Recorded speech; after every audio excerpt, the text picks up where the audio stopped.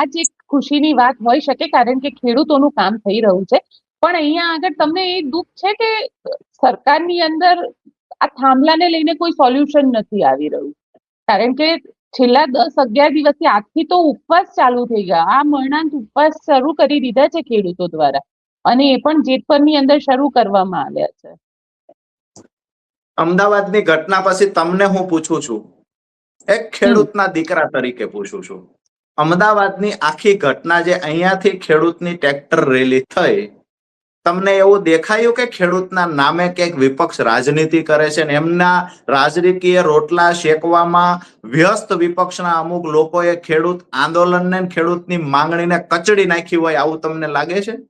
હું તમને પૂછું છું. બિલકુલ, એટલે અમે એ જ વાત કરી કે આમાં સૌથી મોટું નુકસાન તો ખેડૂતોનું થયું છે. તો ખેડૂતોનું ભલું કોણ કરશે? જે લોકોને કારણે ખેડૂતો ગાંધીનગર આવ્યા હતા, હું એ જ વાત ઉપર એ જ વાત પર હું હવે આવું છું કે જેનો ભરોસો રાખીને અમે તો ખૂબ સમજાવ્યા હતા ખેડૂતને કે આ જ સરકાર છે જેને ભૂતકાળમાં સારામાં સારું વળતર ખેડૂતોને અપાયું છે.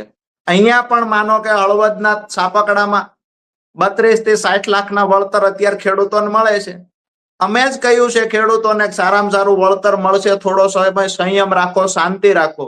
પરંતુ અન્ય પાર્ટીના લોકો હીરો બનવા, નેતાગીરી કરવા માટે આ તમામ પ્રયત્ન કર્યા.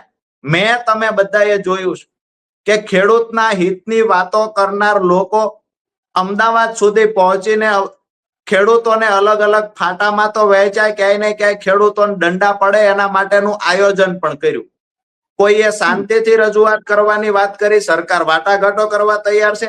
સરકાર સાથે ખેડૂતનું સમાધાન ન થાય એના માટે ચોક્કસ પાર્ટીના લોકો ધ્યાન રાખીને બેઠા છે. હવે વાત હોય આમરણાત્મક ઉપવાસની કે વાત હોય ખેડૂત આંદોલનની, અરે જે લોકોના ભરોસે ગયા હતા એ લોકોએ તો ખેડૂતો સાથે છેતરપિંડી કરી છે.